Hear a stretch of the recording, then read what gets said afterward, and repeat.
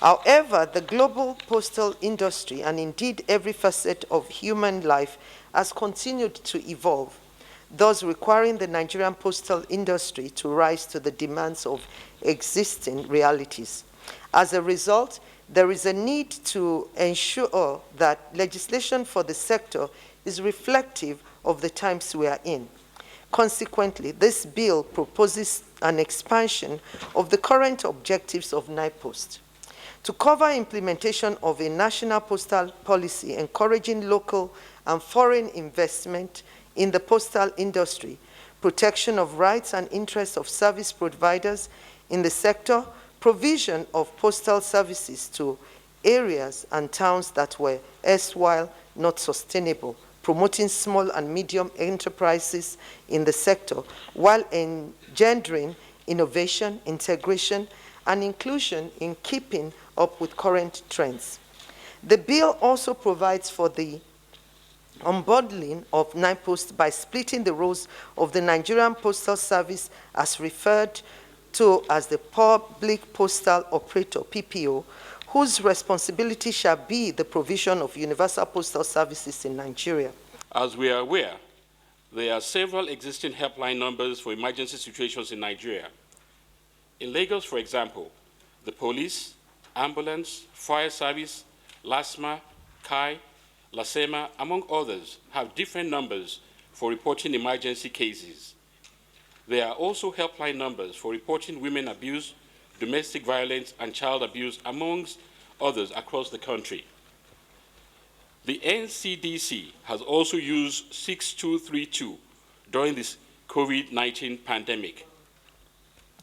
Distinguished Chairman, members of the committee, and invited stakeholders, findings have shown that this availability of multiple emergency telephone and helpline numbers in Nigeria are becoming impediments for people to get accelerated emergency response from emergency situations.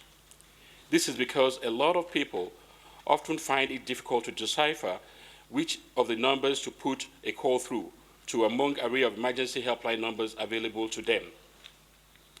Therefore, adopting 112 as a uniform national emergency number will enable Nigerians to easily learn, remember, and dial the number when in distress situations. It will also save a lot of Nigerians the stress of having to memorize more than one emergency number.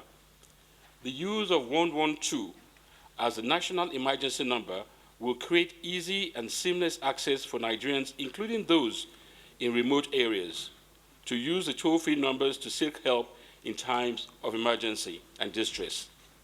Nationwide toll-free emergency number. This is also a very important bill that we think will make our emergency communication centers in the country very effective.